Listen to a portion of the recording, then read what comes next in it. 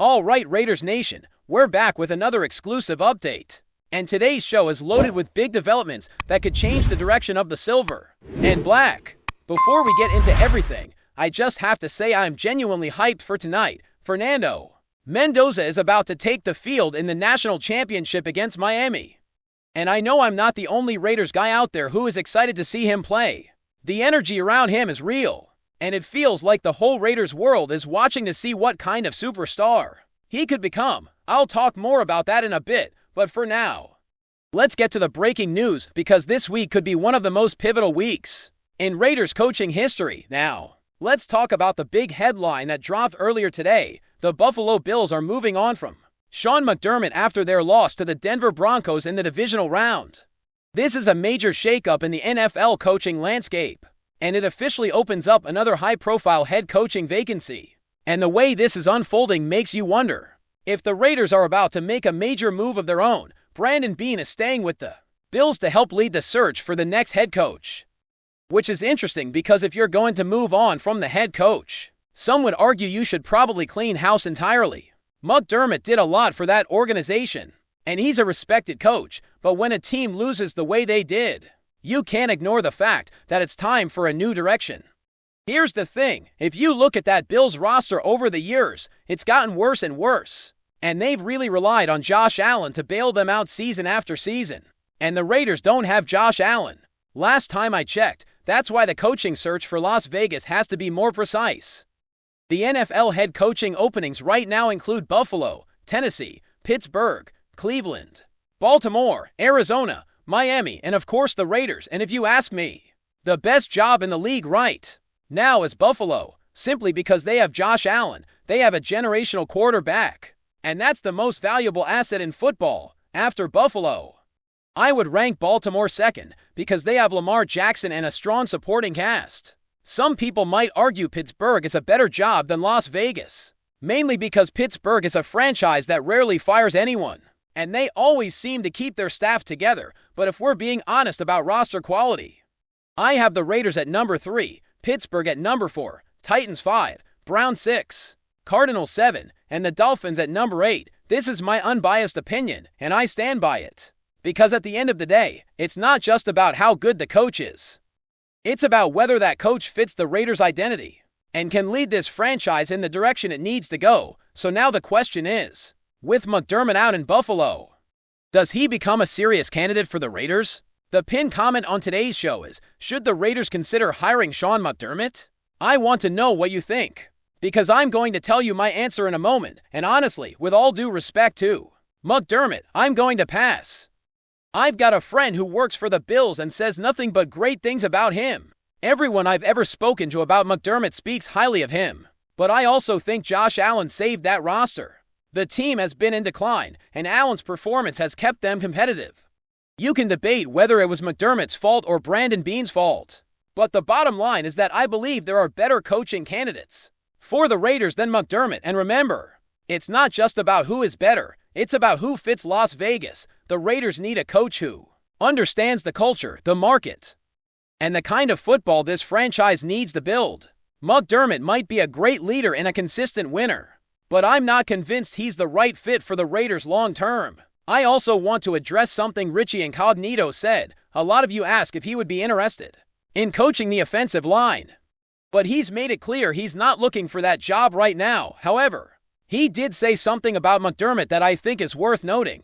Incognito called him a proven leader, a consistent winner, a culture builder, and someone who could bring stability to Las Vegas. And I'm not saying I disagree with that, but I still believe there are other coaches who fit the Raiders better. Timing is everything in the NFL, and I think the Raiders already have their eyes on a specific coach. And now that McDermott has been fired, the ball may have already moved too far in one direction for Las Vegas to seriously pivot to him.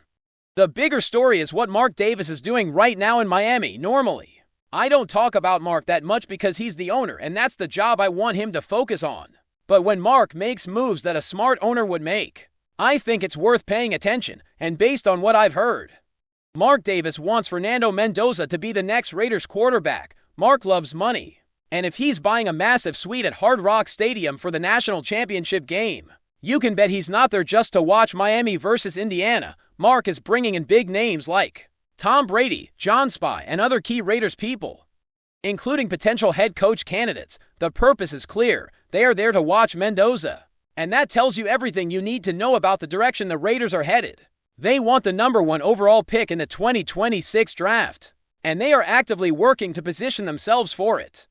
They want to see Mendoza's performance up close and personal, and they're likely talking to coaches about how he fits their system.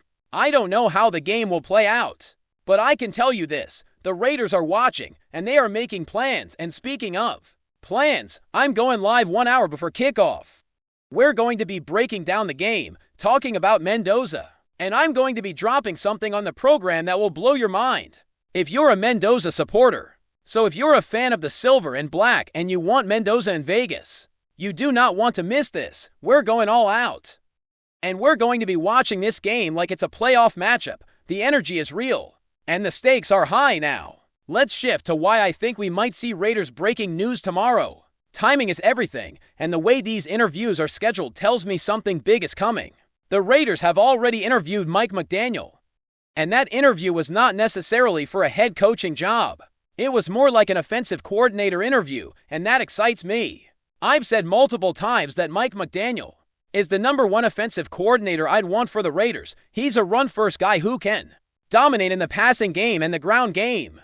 And if he could get 21 touchdowns out of Raheem Mostert in 2023, imagine what he could do with Ashton Gentry. My concern has always been whether McDaniel would take another job, but I've been told the Raiders are considering offering him $7 to $8 million to be the next offensive coordinator. Last year, they gave Chip Kelly $6 million, making him the highest-paid offensive coordinator, and Mark Davis, from what I understand, is willing to match or even exceed that number to bring McDaniel in. The top 2 teams I was worried McDaniel would go to were the Philadelphia Eagles and the Detroit Lions, but today, I was shocked to learn the Lions are working to finalize a deal with Drew Petting as their next offensive coordinator. Apparently, Petting has ties to Ben Johnson, which explains Detroit's decision. With Detroit off the board, it's down to Philadelphia and the Raiders, and I'm not saying the Eagles' job isn't great, because it absolutely is. But there's also a lot of chaos surrounding that offense right now, and if you're McDaniel, you might look at the Raiders and see more job security. If the Raiders draft a quarterback #1 overall, McDaniel could have a longer leash and more control in Las Vegas than in Philadelphia. That's my personal take on it. And it's why I think the Raiders might be moving fast. The next piece of the puzzle is the interview schedule. The Raiders are set to interview A.J. Terrell, the Panthers' defensive coordinator. And this matters because of the Rooney Rule. In order to hire a head coach, teams must interview at least 2 minority candidates. Mike McDaniel is a minority coach, and A.J. Terrell is a minority coach. That satisfies the Rooney Rule, which means after these interviews, the Raiders could officially hire their next head coach. And then the next interview scheduled is with Chargers defensive coordinator Jesse Minter. This is the name I've heard the most for months, and it makes sense. He has ties to John Spy and Tom Brady, and the Raiders have been linked to him for a long time. If you're hearing about the Raiders targeting Jesse Minter for the first time, you've just learned something big today, and I'm not saying this to brag. I'm saying it because the timing is real. And the way this is unfolding makes me believe the Raiders could announce something as early as tomorrow. The rumor that Jeff Hafley's interview is happening on Wednesday. I'm going to tell you right now, that's not happening. Either the Raiders are hiring Jesse Minter, or Hafley is taking the job with the Miami Dolphins. This is similar to what happened with John Harbaugh and the Titans last year. The interview was scheduled, but it never happened. So when you look at the pattern, it points to one conclusion. The Raiders could be hiring Jesse Minter on Tuesday. McDaniel would then come in as the offensive coordinator. And the Raiders could replicate the structure they used last year, with Pete Carroll as the defensive mind and Chip Kelly as the offensive mind. Minter could be the head coach who oversees the defense, while McDaniel runs the offense. This is a model the organization likes, and it's why I think the timing is the perfect to ignore. But the bigger question remains, is the silver and black going to make the move tomorrow? Are they going to hire Jesse Minter and begin a new era in Las Vegas? We're about to find out. And if it happens, you already know I'll be ready. I've gone live for over 11 hours when the Raiders fired Pete Carroll, and I went live for 26 straight hours when they fired Josh McDaniels. If the community shows up and shows out, I'll do it again, because when it comes to the Raiders, we're always ready for the next chapter, and we're always hungry for change. Now, before we go any further, let's revisit why the Raiders are in such a unique position right now. We are not just looking at a head coach hire, we are looking at a complete identity shift. The Raiders have been chasing stability for years. And the reason this particular coaching cycle feels different is because the team is actually in a position to build something long-term. We've seen how the organization is handling the draft, the way they're approaching the quarterback position, and the way they are trying to bring in coaches who can actually develop players rather than just manage them. That's why when you see Mark Davis making moves in Miami, it's not just about watching a college game. It's about aligning the future of the franchise with a quarterback who can carry the team for the next decade, and that's the bigger picture. Fernando Mendoza is not just a potential franchise quarterback. He is the kind of player who can change the trajectory of the organization. When you look at how the Raiders have struggled to find consistency at the position, you realize that the next quarterback needs to be more than just a good player. He needs to be the kind of leader who can handle the pressure of Las Vegas, the national spotlight, and the expectations that come with wearing that silver and black. That's why I believe the Raiders are so invested in Mendoza. They aren't just scouting his talent, they're scouting his temperament, his leadership, and how he handles big moments, and the national championship is the biggest stage he's had so far now.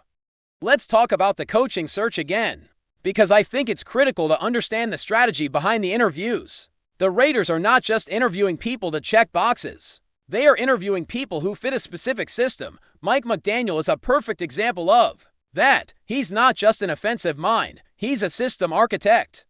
He builds offenses that are sustainable, that can adapt to different quarterbacks, and that can control the tempo of the game. If the Raiders are truly considering him for offensive coordinator, that tells you they're thinking long-term. They're thinking about building a system that can grow with a rookie quarterback, not just a scheme that can win games right now.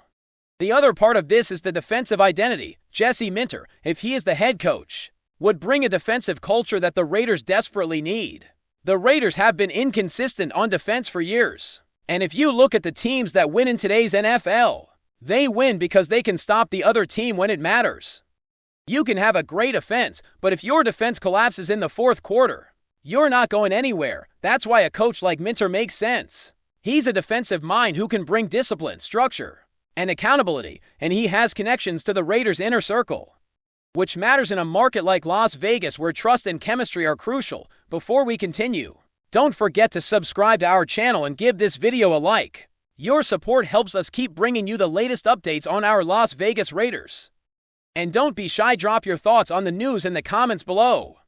Whispers around the league are growing louder, and they all seem to point in the same intriguing direction.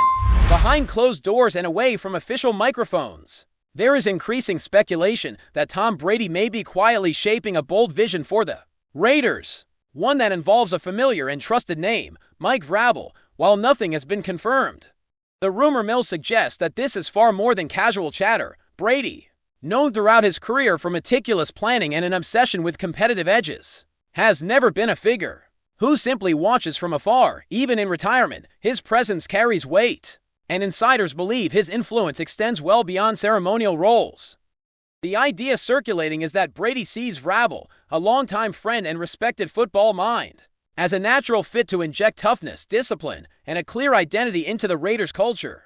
Their bond, forged through years of shared football philosophy and mutual respect, is said to be central to this speculation.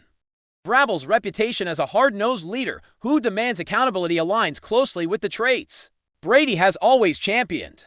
Sources close to the situation hint that Brady admires Vrabel's ability to command a locker room and adapt strategically, qualities he believes could resonate in Las Vegas. What fuels the rumor further is the silence. Neither side has rushed to deny the talk, and that absence of dismissal has only intensified curiosity round league circles. The belief is that Brady understands how to operate patiently, letting ideas mature before they surface publicly. If true, this would not be an impulsive move, but part of a longer-term blueprint aimed at restoring credibility and consistency for the Raiders, a franchise hungry for stability and direction. The mere suggestion of such a partnership is enough to spark excitement and debate. Whether this secret plan materializes or remains an intriguing what-if, one thing is clear: When Tom Brady's name is linked to a strategic maneuver, people tend to pay attention, and as long as these rumors persist, the possibility of Mike Vrabel roaming the Raiders sidelines will continue to feel less like fantasy and more like a calculated ambition waiting for its moment. That's it for this update. If you enjoyed the video and want to stay updated with exclusive news about our Las Vegas Raiders, be sure to subscribe to our channel and hit that like button. We can't wait to hear your thoughts in the comments. See you in the next video.